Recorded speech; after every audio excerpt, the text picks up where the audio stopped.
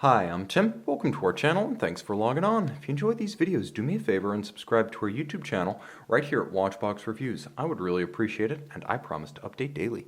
If you love this watch, you can see it and you can purchase it on our website, thewatchbox.com. Today, we are discussing a little giant.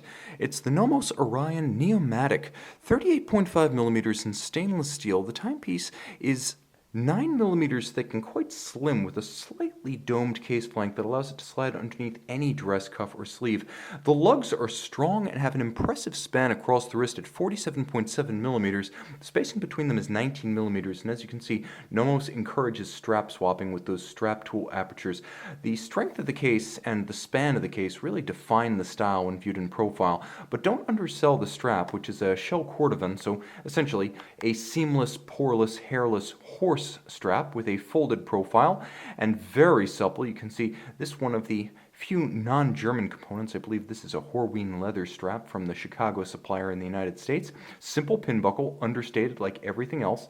And of course Nomos designing a watch that is spare but strong. The junction of the case band and the lugs is sharp. The character line between them is distinct, and you'll note the contrast between the compound curves of the case and the sheer sides of the lugs.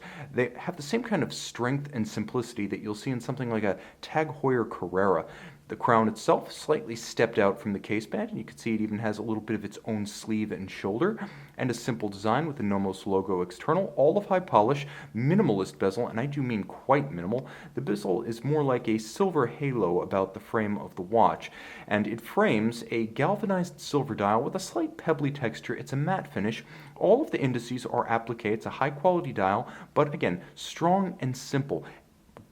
Incredible needle style hands that have a high level of contrast. You wouldn't imagine silver hands on a silver base to jump like this, but they do. Countersunk and anchored at 6 o'clock, small seconds, and then outboard hash marks for the minutes of the day, as well as 25-minute increments, of course made in Germany. One of my favorite details of the dial is that the reference to the caliber, Neomatik, is actually in a slightly ecru or golden tone underneath the black print of the marquee at 12 o'clock. Turn it all over, and you can see the watch living up to its name. Neomatik indeed. DUW caliber 3001 Deutsche Ehrenwerk. This is one of the true swing system in-house movements with in-house escapement. Swing system is essentially a combination of assortment and Nomos design. The two features going together: balance, hairspring, escape lever, and escape wheel. They do use the Edicron system. That's the one element borrowed from the Swiss, and it is a very good one. The spring and the for the balance staff and the Edicron system being the only imports here. And like I said, they're good ones because Edicron allows very precise regulation of a timepiece. And if you pause that balance, you can see that it's chronometer style splayed spoke balance. So that in combination with Edicron means you can regulate this watch quite finely indeed.